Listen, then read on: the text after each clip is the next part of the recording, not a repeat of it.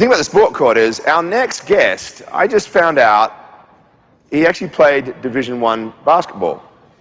And if I'd known this, I would have made sure that we had him over at the sport court, dunking away with Spencer Dinwiddie and others and making the most of that. Unfortunately, he has to get out of here pretty soon. I'm talking, of course, about the legendary hip-hop star, 2 Chainz.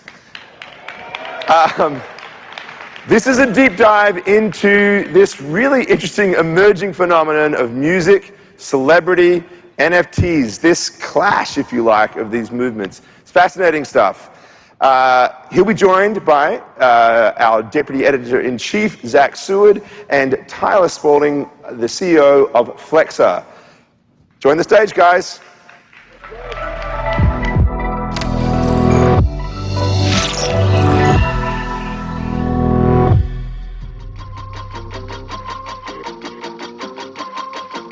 Hey, everybody.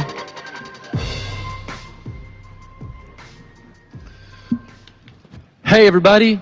How about some noise for 2 Chainz? All right. Chainz, not to be outdone, I got a little something made, okay? What you got? Nice. Don't worry, it's made out of plastic. It's 3D printed. It's the CoinDesk logo. Shout out to Rob Mitchell for printing this in his garage. Thanks very much. All right, Chainz, last we spoke was last July, and we were talking about your first NFT drop. It was to commemorate the great Pretty Girls Like Trap Music album. So I wanted to ask you, how did that go? How y'all doing today? Everybody good? Go by 2 Chainz if you were born today or whatever, but the NFT drop that I did was with Trevor Andrews, who was the artist behind an album that I dropped in 2017. It was called Pretty Girls Like Trap Music, and it was one of my most successful albums to date. And the album cover at that time was a picture of a pink trap house. And for people that don't know what a trap house is, it's like a house that you should not live in. And the NFT was actually like a depleted trap house of what it may look like, you know, a couple of years later. And you know, we did well with that. So, you know, thank you for asking. Yeah, it's good to get caught up on that. So we know 2 Chainz, even the newborns in the room know 2 Chainz. We got to hear about Tyler. Tyler is the co-founder of Flexa. I'm going to ask you, Tyler, how did Flexa and 2 Chainz come together in the first place? What's going on? Yeah, so Flexa is a digital payments network, and as we've been growing now and getting all this sort of traction globally with merchants, we wanted to start advertising that and the merchant network that we have. And so we looked to create some digital advertising and campaigns, and so we started to look to create some online videos. And we looked far and wide to find some really unique celebrity talent that not only saw what all this was, but it was more meaningful to them. So not just, oh, I want to go sell some NFTs. I actually care about this. I want to learn about this. Like, what does this mean for my music, for him personally, for his career, right? So being much more interested in what this all becomes rather than just about making money, because that's just really not what we can be here for, and exposing the new people that aren't just the tech nerds at this conference, like myself included, right? So expanding much beyond all that. And so we got to meet as a part of all that, and we were just seriously impressed at just how he thought about it, how he was taking progressive steps into learning about crypto and things that you'd already done, but then really like a real cerebral approach, man. Like, you really think about this stuff, and he's got this really great demeanor, and like that's also what Flexa, how we approach things, so what our ethos is. And so it's a perfect match to start working together. Okay, 2 Chainz, so we mentioned the NFT experiment. Beyond that, however, how are you approaching crypto so far? Honestly, right now, I'm a student of the game. I don't foresee any glass ceiling anytime soon with this. It's constantly changing. And I'm constantly trying to just learn and try to get my foot in the game. I haven't seen a successful formula to incorporate music, DTC. It's just other things that's in my field right now that I'm trying to see, because I know I'm going to see it in my lifetime, but just trying to see how the digital space and that community how it has a strong correlation with hip hop and how we can just cross paths, make it lucrative. So that's what I'm here. I'm here for. I have a show tonight actually in Charlotte, and I felt it was important for me to actually be here as well. So yeah, I think it's important that you mentioned that direct to consumer relationship and really owning the artistic output. Yeah. I know you've thought about that in the context of blockchain, but also in the context of other technologies that are out there today. What are you seeing that might be promising in that space that could give more control back to creators such as yourself? The main thing I see now is how do we make the fans happy? How do we make them feel included? How do we make them feel special? When dealing with this idea of the crypto and music, it has to work past the artist in order for it to be successful, or a fan or whoever's following the campaign has to feel like they're a part of it, like they can get rewards off of it and things of that nature. So it's just still very early, and I'm an early adopter, so that's the reason why I'm. Yeah, to that point, when we've been talking now, you've really shared a lot of stories about how this is a theme. So this isn't just about crypto, of like, I'm going to kind of wait and see, learn about this. Can you talk more about particularly Spotify and kind of your approach there? Like, walk us through that. Yeah, so around 2013, I had a meeting with Spotify, and it was about streaming services. And, at this time, cars still came with CD players in them, and it was just an early idea. They had a timeline of them actually, I want to say, starting at around 2007 or 2008 with an artist by the name of Lady Gaga. And so I sat in this office for 2 hours as they tried to explain to me what music would be today. And it's what we have today, what we listen to is when people ask for, your auxiliary cord or your, Bluetooth or whatever. And in this meeting, I felt like I was getting ahead of the curve, because when it became something that everybody had to have, and when Apple started offering, 3 months free, streaming service, and even before Jay-Z got a title, I was aware. Now, I wasn't smart enough to try to start my own streaming service like Jay-Z was, but I knew about it ahead of time, and that's one of the reasons why I'm in here now. I want to go back to that fan engagement aspect, and Tyler, I'm going to throw this to you first. I know you guys just acquired a company called Drop Party that kind of expands your repertoire in terms of engaging with people through NFTs. What's that about? What are your goals with that acquisition, and how might that relate to musicians, artists, and others who are looking to have those close relationships with their audiences? Yeah, sure. So Drop Party, it's an Austin-based company, by the way. I think some of them are here. So if you're here, shout out to Drop Party. Here we got someone in the front. Yeah. So Drop Party is an experience marketing firm, and they're basically able to create these now merchandise drops or awareness around a performance, around a venue, they can do online campaigns.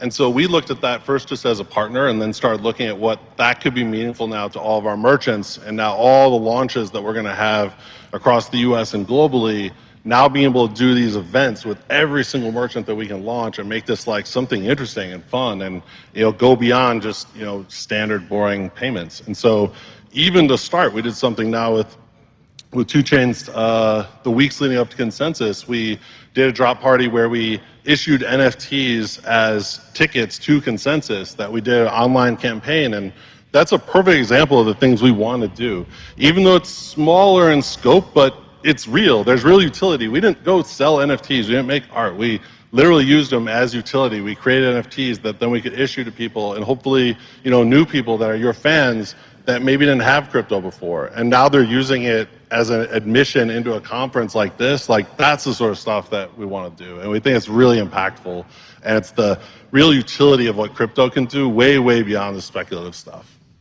All right, Chainz, so you got the first NFT project under your belt. LA of late has been a hotbed of NFT and metaverse experimentation. Where do you see the NFT space evolving over the next year or two? In the next couple of years, I see it being more utilities with it. I have a story of, you know what I'm about to say? It's a good one. So I recently had a bad case of FOMO. I mean, horrible case of FOMO, right? And I've already, required Bitcoin and ETH, but I guess I hadn't spent enough or used enough currency daily to get my, basically I was trying to buy a bored ape. That's what I was trying to get. I saw all my friends getting them. I saw them being avatars. I see people, I see people putting them on their shirts. They're naming them these unique names. And, I wanted, a board. I wanted one, and my friend Chris Lyons, he just kept sending them to me, and the floor just kept going to the ceiling. It stopped being a floor a long time ago, right? And I was like, oh my God, the cheapest one is 200. The cheapest one is 215. The cheapest one is 250.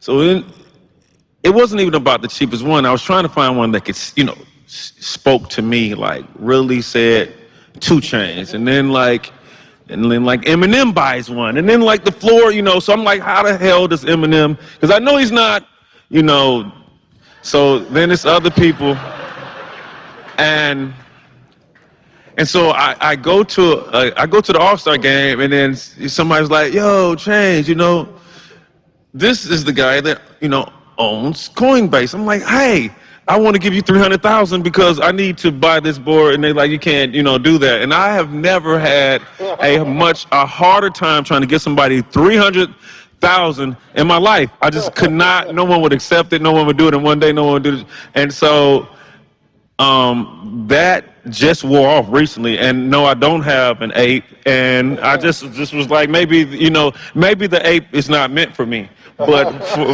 for about 3 weeks straight, though, man, I just searched online on OpenSea, and I just, I had a few of them, and then they would be gone. And then, I saw some with gold chains, and, I saw some that, that kind of like looked, in my mind, I could make it look like me, and somebody else got it. Thank you. We've all been there, probably at lower price points, but we've all been there. We've all been there. So I got to ask, you mentioned you're holding Bitcoin and Ether. Are you holding any other assets? What kind of crypto do you have? It's not. You just said that, right? Well, I have a little something going on, not a lot. I mean, I'm true to this. I'm not new to this, I got a little something, first of all, my manager's in here somewhere. He tried to tell me about Bitcoin in like 2014, right? And so I have my financial advisor. Man, I might be telling too much information. Let me think. It's okay. You're among friends here. Don't worry about it. All right. It looks like some other rich people, but my financial advisor is the same. Basically, I'm friends with a guy by the name of Mark Cuban, right? Okay, I've heard of that guy. All right, and then he has a lot of money, kind of like Tyler, right? I heard about that, yeah. And then I was like, do you have things that can help me? And he's like, no. He was really like, but he introduced me to somebody, and I told him, like, I want to, he could tell just like him that I wanted to learn. So I end up getting inside, I end up getting inside a community that most people won't have a chance to get inside of, right?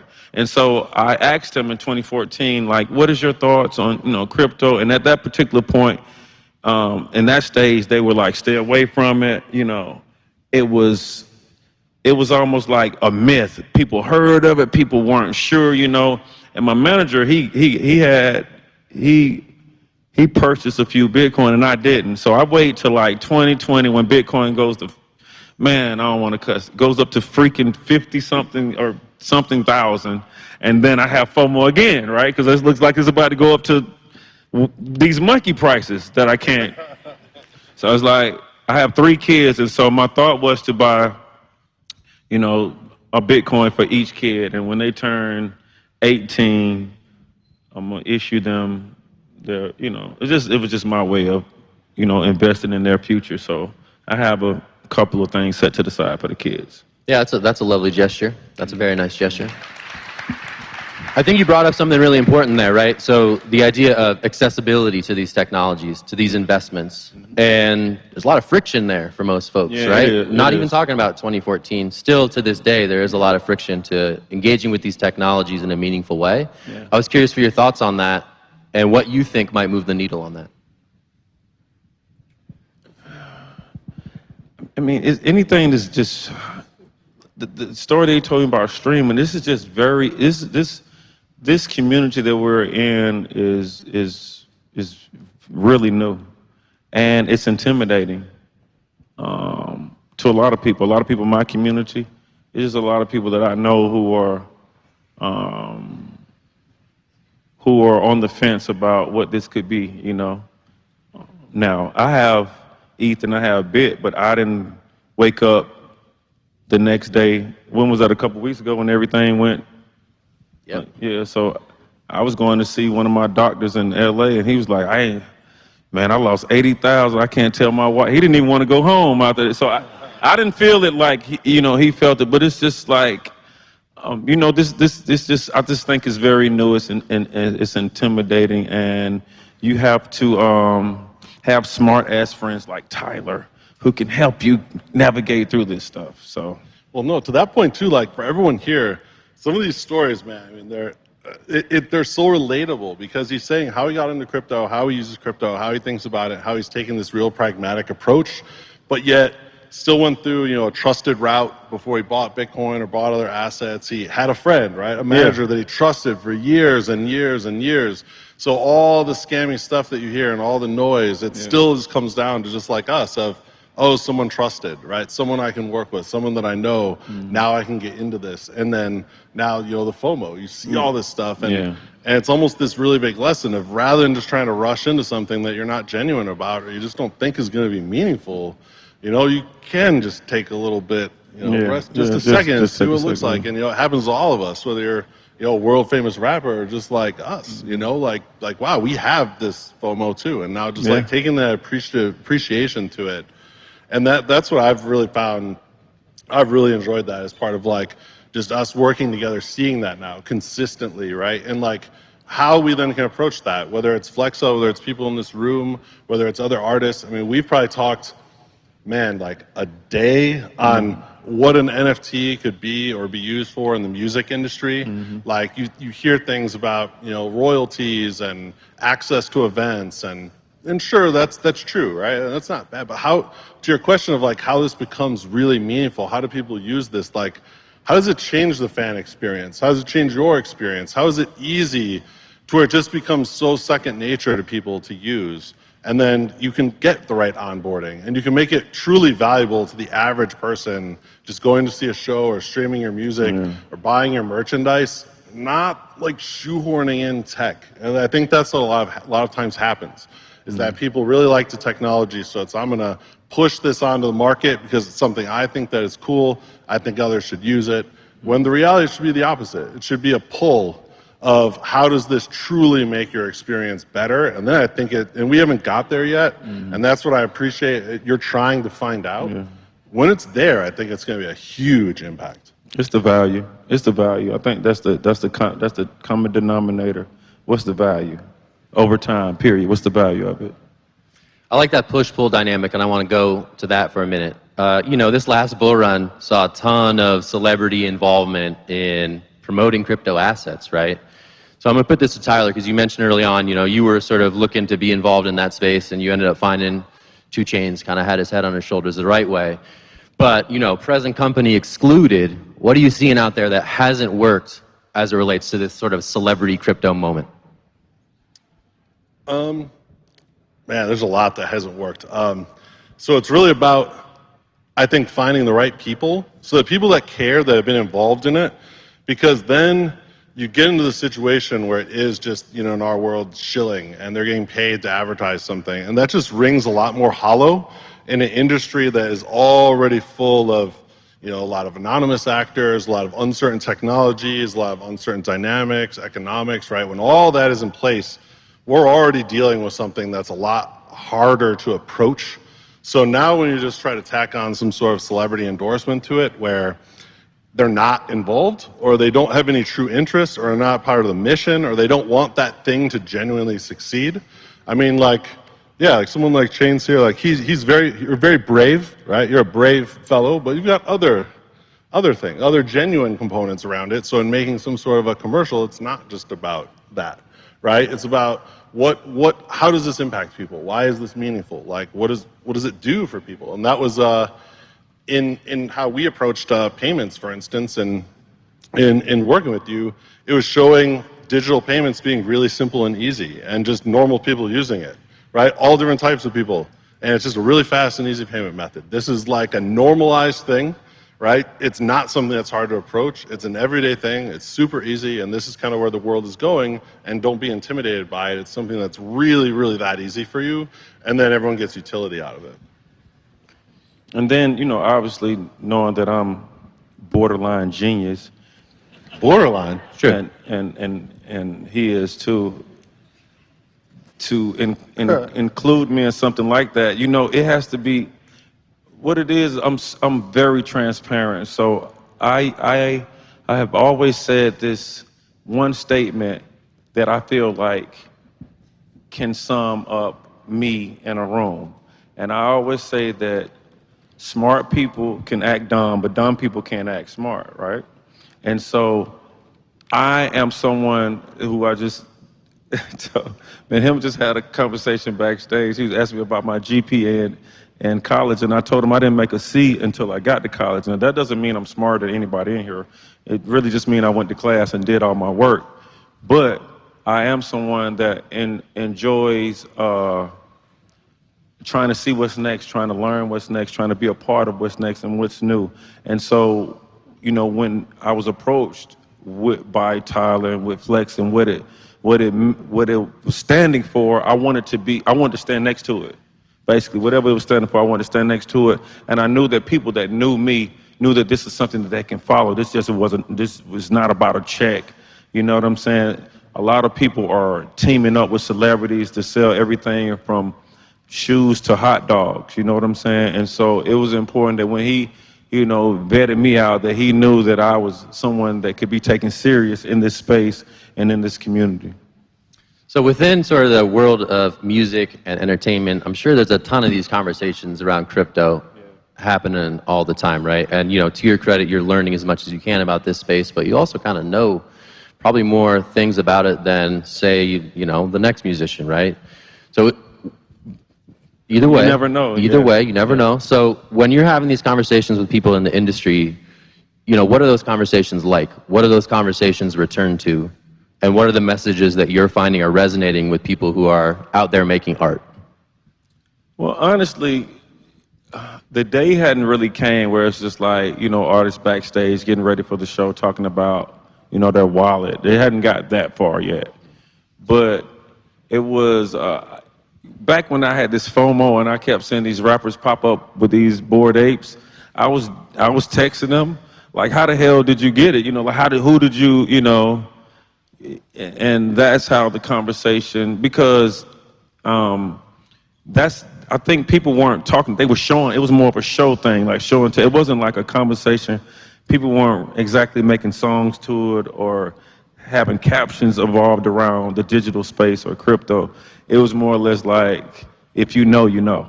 And that was the approach that's been going on right now. It's almost like a little secret almost with some art, and we know it's not a secret, but the way that they are acquiring it is almost like it's not supposed to be for everybody's ears, if you know what I mean. Yeah. Can we expect some crypto lyrics in a 2 Chainz song anytime soon? I have on block Chainz now. No, I'm just playing. Woo, that was good. That was good. Tyler. That was good. I'll let you get right across. See, that's how we can. So I give you an NFT. I'll give you guys credit on the lyric, even though you didn't think of it. And it'll. You can come to a concert, and yeah, we'll figure it out. All right. See, that's how you do an NFT. Right? It's pretty close, right? Good stuff. Good stuff. All right. So utility. last time we spoke, last July, we were talking about your first sort of NFT experiment, right? Yeah. And I know you guys are linked up. You guys are working together.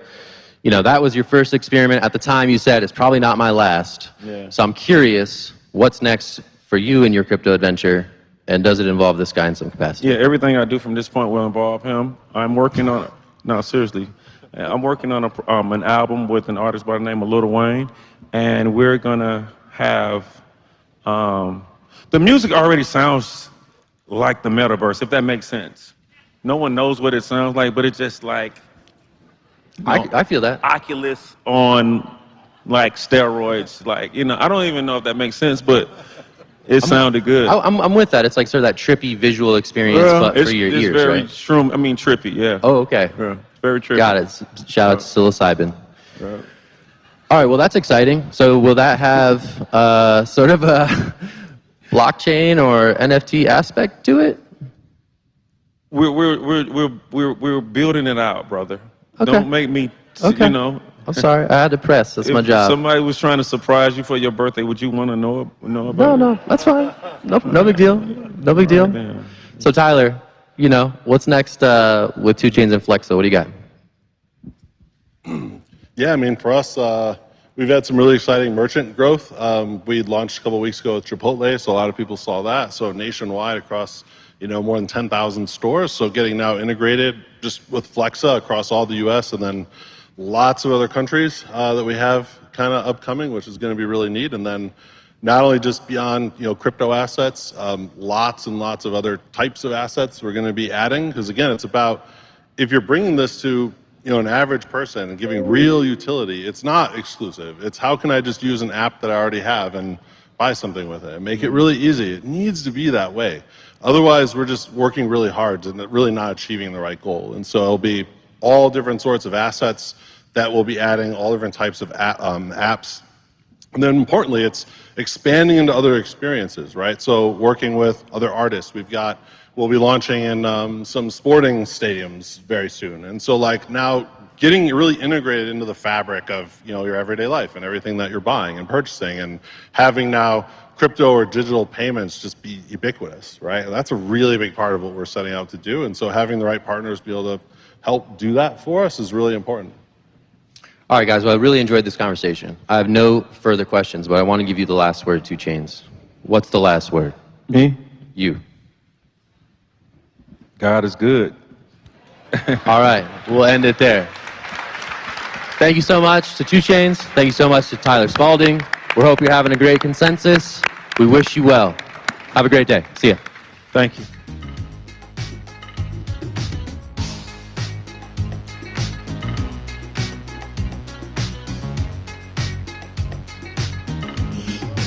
Okay.